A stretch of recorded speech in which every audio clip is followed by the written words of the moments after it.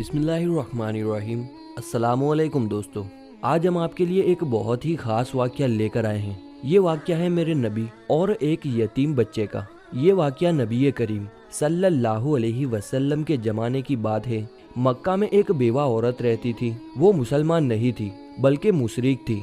उस औरत का 8 साल का बेटा था। वो दोनों बहुत गरीब थे, मुश्किल से गुजर बसर हुआ करता था। एक रोज माँ घर आई तो बच्चे ने माँ के करीब आकर उससे सवाल किया, माँ, मैंने देखा है कि आप दूसरे बच्चों की माँओं की तरह नहीं हो। उनके पास नए नए कपड़े हैं और तुम्हारे पास तो मैले और फटे कपड़े हैं। माँ ने बेटे की तरफ नजर भर कर देखा, प्यार से उसे अपने पास बिठाया और कहने लगी, अच्छा तो मेरा बेटा इतना बड़ा हो गया है कि उसे अपने माँ के हालात समझ आने लगे हैं। फिर अपने बेटे को सीने से लगाया और रोते हुए कहने लगी, बेटा तुम्हारा बाप मर चुका है और तेरी माँ अब बेवा है और तू यतीम है, इसीलिए मेरे पास पहनने को अच्छे कपड़े नहीं है। तेरी माँ सारा दिन लोगों के घरों में काम करती है और जो कुछ भी आज तक कमाया है वो तुझ पर लगा दिया है। तुझे खाना खिलाया ताकि तू भूखा ना रहे, तेरे लिए कपड़े बनाए ताकि तेरा जिस्म ढांक सकूं और तेरी परवरिश कर सकूं। ये कहकर माँ बेटे को गले से लगाकर खूब रोई। बेटे ने माँ को चुप करवाते हुए कहा, माँ तेरी चादर फट गई है ना, मैं तेरे लिए नई चादर लाऊंगा। माँ ने पूछा, बेटा कहाँ से लाएगा, तू तो अभी 8 साल का बच्चा है। बच्चा बोला, माँ मैं चचा से मांग कर लाऊंगा।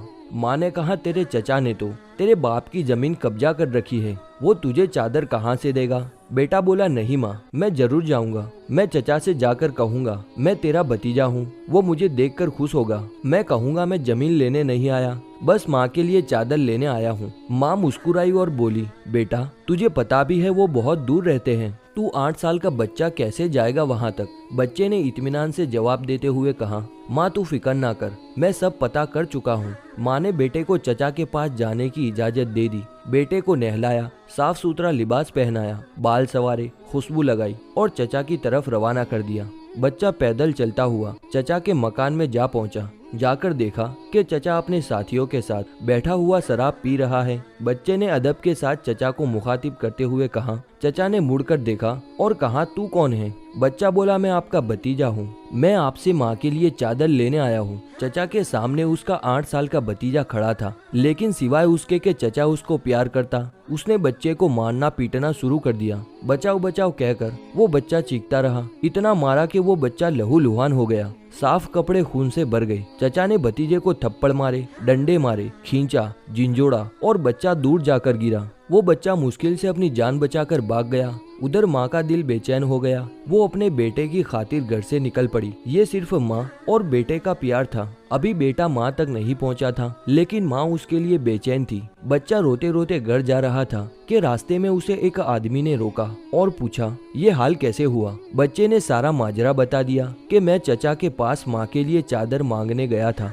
और चचा ने मुझे मारा। उस रागिन ने कहा, सुनो, खाना काबा में जाओ, वहाँ तुम्हें मोहम्मद सल्लल्लाहु अलैहि वसल्लम मिलेंगे, उनसे अपनी माँ के लिए चादर मांगना, वो जरूर देंगे। बच्चे ने आंसू पोंछे और घर की तरफ चल दिया। माँ के पास गया। बेटे को इस हालत में देखकर उसकी माँ बेहद रोई। उसे घर ले आई। घर ले जाकर उसे नहलाया, खून साफ किया और जख्मों पर मरहम लगाया। मैंने तुझे मना किया था ना कि चचा तुझे कुछ नहीं देगा। बेटे ने कहा, माँ मैं अब किसी और के पास जाऊंगा, अगर मुझे इजाजत दो वो मुझे चादर जरूर देंगे। माँ ने कहा, कौन है बेटा। बेटा बोला, मोहम्मद सल्लल्लाहु अलैहि वसल्लम। माँ ने बेटे को धक्के से पीछे किया और बोली, अब इस घर में दोबारा मोहम्मद का नाम नहीं लिया जाएगा। तुझे पता है बेटा वो जादूगर है, शायर है, मजनू है, तू उसके पास हरगिज नहीं जाएगा। अल्लाह ताला ने इस बात का जिक्र कुरान पाक में 27वें पारे में फरमाया है कि लोगों ने मेरे नबी को मजनू, शायर और जादूगर पुकारा। बेटे ने कहा, माँ मैं उनका पता करके आया हूँ,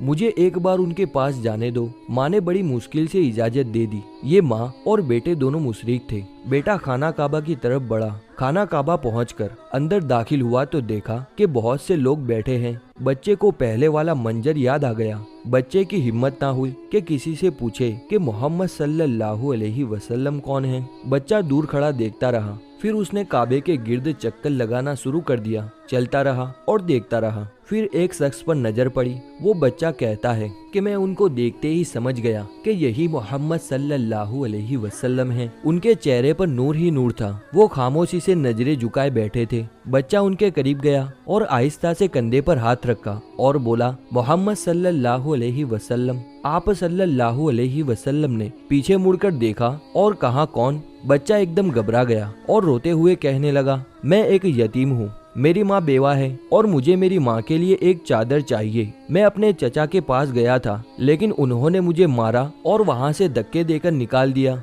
फिर किसी ने मुझे कहा, मोहम्मद सल्लल्लाहु अलैहि वसल्लम के पास जाओ, वो तुम्हें चादर जरूर देंगे। नबी करीम सल्लल्लाहु अलैहि वसल्लम 8 साल के बच्चे के मुंह से ये अल्फाज सुनकर खड़े हो गए और उसे सीने से लगाया और रोते हुए फरमाने लगे, मैं भी यतीम हूँ, मेरी माँ भी बेवा थी। मैं समझ सकता हूँ कि यतीम की जिंदगी गुजारना कैसा है। आप रोते रहे और बच्चे के सर पर हाथ फेरते रहे। उसे प्यार किया। अपने कंधे पर से चादर उतारकर उसे दे दी और फरमाया, ये लो चादर और अपनी माँ को दे देना। फिर फरमाने लगे, बेटा अगर इसके बाद भी कुछ चाहिए हो तो मेरे पास आ जाना, मैं तुम्हें जरूर दूंगा। सुभान अल्लाह। अल्लाह ताला ने उस बच्चे को उसकी माँ के लिए दुनिया के सबसे खूबसूरत चादर अता फरमाई। इस वाक़ये से माँ और बेटे की मोहब्बत तो पता चलती है, साथ ही साथ हमारे नबी करीम सल्लल्लाहु अलैहि वसल्लम का हुस्न सुलूक भी मालूम होता है। जो ये नहीं पूछते मांगने वाला मुसलमान है या नहीं, कलमा पढ़ता है या नहीं, बल्कि सिर्फ इंसानियत के रिश्ते से ही